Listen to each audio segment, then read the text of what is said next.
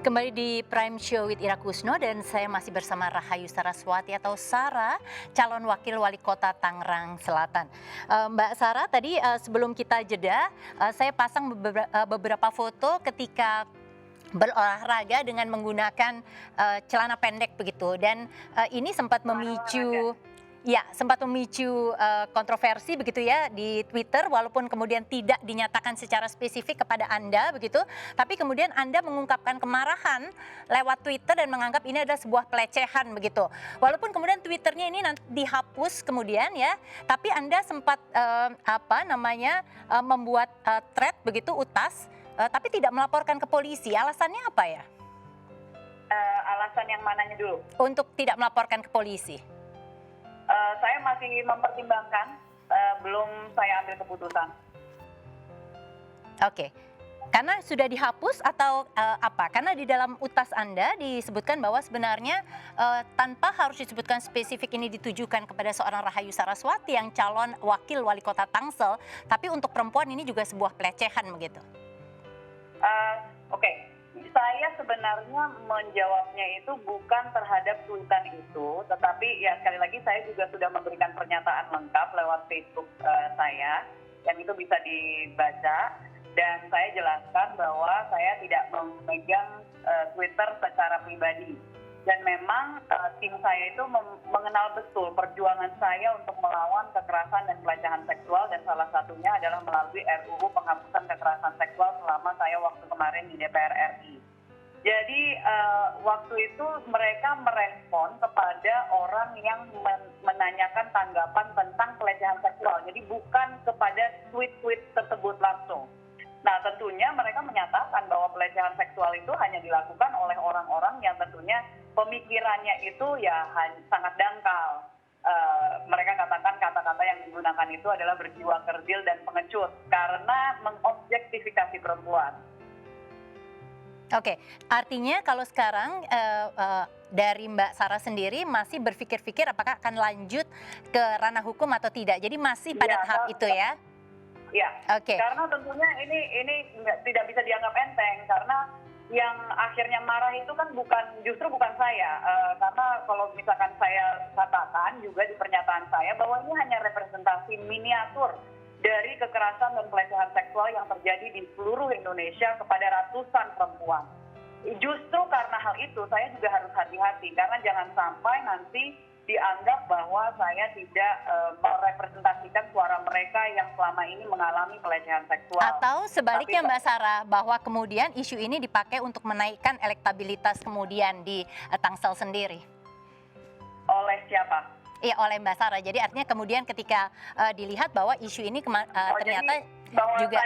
Saya minta untuk dilecehkan secara seksual gitu, Mbak? Bukan, jadi maksudnya justru ketika isu ini tidak dibawa ke ranah hukum kan masih dilihat oleh Mbak Sarah. Nah, ketika kemudian secara perjalanannya ke depan dan isu ini bisa dipakai untuk menaikkan elektabilitas, bahwa ini akan dipakai lagi begitu? Ya, dipakai lagi saya kurang mengerti ya, Mbak. Maksudnya kalau dari segi saya sendiri itu saya sebagai pejuang perempuan dan anak, dan tentunya dalam hal ini saya akan melawan yang namanya pelecehan seksual. Justru yang saya lakukan adalah saya menggunakan momentum ini dan saya katakan kepada media dan juga platform ini, tolong berikan perhatian kepada kasus-kasus yang justru lebih parah dari saya. Ini nggak ada hubungannya dengan seorang Rahayu Saraswati. Permasalahannya adalah pelecehan seksual dan kekerasan seksual di Indonesia ini sangat lazim terjadi dan sudah saatnya untuk kita menghentikan itu. Oke. Dan kami calon-calon pemimpin perempuan, pemimpin daerah yang perempuan, yang dimana itu tugas kami untuk memastikan bahwa Indonesia dan semua masyarakat mengetahui bahwa kami tidak akan diam kalau misalkan hal seperti ini terus terjadi. Oke, jadi Mbak, ini kalau dikatakan ini untuk menaikkan elektabilitas, ya itu hanya bisa masyarakat yang menilai. Oke, Mbak Sarah, kalau dilihat ya, biasanya itu kan dalam setiap pemilihan akan punya survei sendiri secara internal gitu ya. Kalau kami dapat dari kajian politik nasional, ini survei tanggal 17 sampai 24 Juli, untuk survei peringkat teratas di Tangsel, sebenarnya di ditempati oleh Benyamin begitu. Kalau dari calon wali kotanya yang pasangan Mbak Sarah ini, Muhammad mendapatkan peringkat kedua. Tapi untuk sebagai calon wakil wali kota, Mbak Sarah ini mendapatkan peringkat yang terbawah. Dengan situasi seperti saat ini, kira-kira strateginya seperti apa, Mbak? Ini kan ada keterbatasan di dalam melaksanakan kampanye. Ya tentunya kita dan saya sampaikan juga seringkali dan saya sampaikan ke masyarakat, kita harus sesuai dengan protokol kesehatan dan juga dengan aturan dari KPU sendiri. Artinya kami sangat dibatasi di seluruh Indonesia dengan kapasitas hanya maksimal 50 orang per pertemuan. Artinya pun juga kami sebagai misalnya saya pribadi akan lebih sering melakukan sosialisasi lewat hubungan daring. Jadi lewat apakah itu Zoom, Google Meet maupun juga Skype. Yang penting bagaimana terus bisa melakukan sosialisasi dan juga komunikasi kepada masyarakat.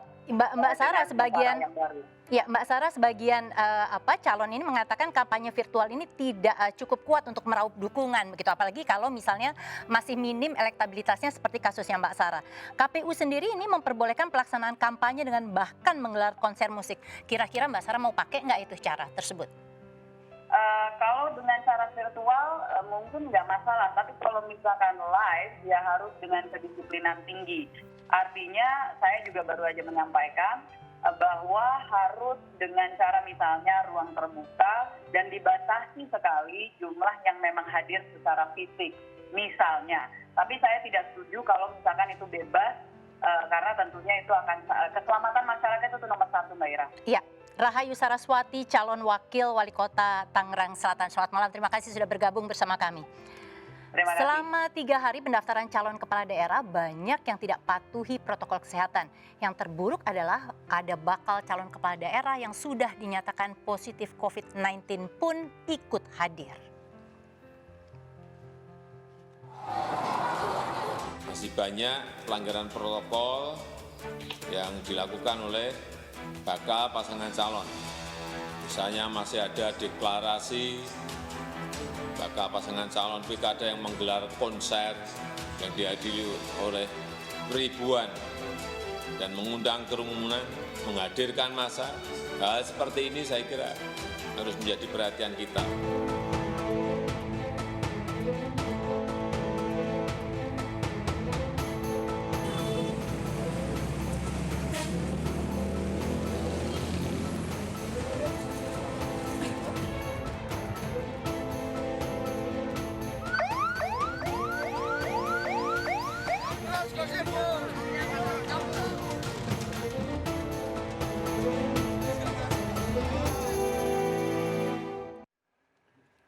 Dan pemirsa, untuk memperbincangkannya saya telah bersama Ketua Komisi Pemilihan Umum KPU Arief Budiman. Mas Arief, selamat malam. Silahkan Mas Arief. Kita harus jaga jarak begitu ya. Oke. Mas Arief tadi sudah sama-sama kita simak videonya. Ya, silahkan dibuka dulu Mas Arief. Ya. Saya tunggu dulu. Ya. Iya. Mas Arief, tadi kita sudah sama-sama simak videonya begitu ya. Sebelum kita bicara, kita review sedikit ini. Pada masa pendaftaran calon tanggal 4 sampai 6 September, Bawaslu mencatat setidaknya ada 141 daerah terjadi pelanggaran protokol kesehatan hanya pada hari pertama, Mas. Dan itu sebenarnya jadi tanggung jawab siapa nantinya? KPU, para calon, atau bagaimana, terutama yang dia berada di luar pagar KPU sendiri, kantor KPU. Ya, sebetulnya penyelenggaraan pemilihan kepala daerah itu menjadi tanggung jawab kita bersama. KPU tentu bertanggung jawab sebagai penyelenggara pemilu, kemudian peserta pemilunya, kemudian pemilihnya. Nah, masing-masing pihak ini kan punya tanggung jawab, kewenangan tentu di wilayahnya masing-masing. KPU pun tidak bisa melampaui kewenangan yang dia punya. Nah, untuk pendaftaran pada tanggal 4 sampai dengan tanggal 6, KPU sudah mengatur siapapun bakal pasangan calon yang mau daftar hanya boleh pasangan calonnya, kemudian partai politik pengusungnya, kemudian LO-nya. Ya. LO itu yang membantu membawa dokumen-dokumen. Selebihnya nggak boleh. Iya, kenyataannya kemudian kan ada yang konvoy, ada yang Ya. arak-arakan, kemudian ada yang juga disuruh membubarkan diri keras kepala. Nah ini kemudian jadinya gimana? Siapa yang bertanggung jawab pada akhirnya, Mas Arief? Pertama tentu mestinya bakal pasangan calon bisa menertibkan pendukungnya, gitu ya. Kedua, kalau mereka nggak bisa juga digunakan instrumen hukum. Ya kan sudah ada selama masa pandemi sudah ada regulasi, sudah ada ketentuan tentang jaga jarak. Ya, apa sih sebenarnya Kemudian- Mas Arief sanksi terberat ketika kemudian orang melanggar, terutama pada saat pandemi dan kaitannya dengan protokol kesehatan? Kalau ditanyakan sanksi terberat di dalam proses pemilihan kepala daerah, tentu diskualifikasi. Ya. Tetapi diskualifikasi itu sudah diatur dalam undang-undang. Pelanggaran apa saja yang kemudian menyebabkan sanksinya diskualifikasi. Misalnya money politics. Nah, terbukti melakukannya secara terstruktur, sistematis, masif gitu ya. Kemudian mahar. Membayar mahar kepada partai politik itu kalau ada putusan inkrah terbukti dia bisa didiskualifikasi. Kemudian kalau untuk petahana itu melakukan mutasi jabatan. Ya, artinya Nah, itu. kemudian tidak ada yang secara spesifik berhubungan langsung dengan pelanggaran protokol kesehatan ya. Tidak Dan ada. kalau kemudian sanksinya tidak keras, orang bisa sangat abai terhadap protokol kesehatan dan persebaran virus COVID-19 ini bisa jadi luas sekali, Mas. Ya, yang harus dipahami oleh semua pihak adalah undang-undang itu kan dibuat ketika belum ada pandemi. Maka mungkin tidak diperkirakan akan ada situasi seperti ini. Nah, KPU kemudian tanpa melanggar ketentuan yang ada dalam undang-undang sudah menjabarkan penerapan protokol kesehatan seluruh tahapan pemilihan kepala daerah. Oke. Jadi mulai pelantikan, kemudian pemutakhiran data pemilih, kemudian verifikasi dukungan calon perseorangan, sampai pada saat pendaftaran bakal pasangan calon, termasuk nanti pada saat kampanye dan hari pemungutan Oke, suara. Mas Arief, Sudah kita sebenarnya atur ini semua. iya sebenarnya ini juga ada kritik dari Perludem salah satunya dan juga banyak orang yang concern terhadap pemilu ini mengenai bahwa itu tidak cukup kuat begitu untuk nanti menahan persebaran virus COVID-19. Tapi sebelum dijawab, kita harus jeda berikut ini ya. Pemirsa, memaksakan pilkada di tengah pandemi dinilai sebagian warga akan memunculkan klaster baru. Bahkan ada yang meminta KPU untuk menunda pelaksanaan pilkada. Prime News with Ira Kusno akan kembali sesudah jeda berikut ini.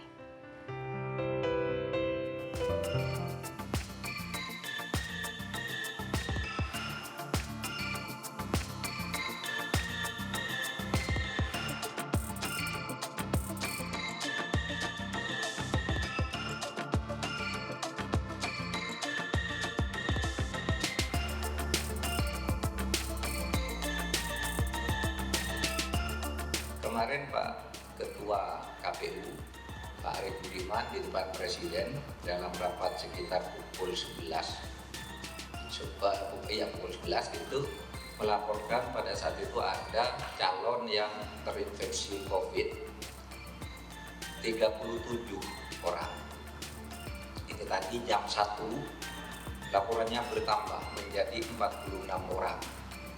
2 jam atau 1,5 jam kemudian, ini laporan terakhir tadi, sudah ada 58 calon yang terinfeksi COVID-19 tersebar di 21 provinsi. Sekarang tambah 1 lagi menjadi 59, jadi bertambah sampai terus.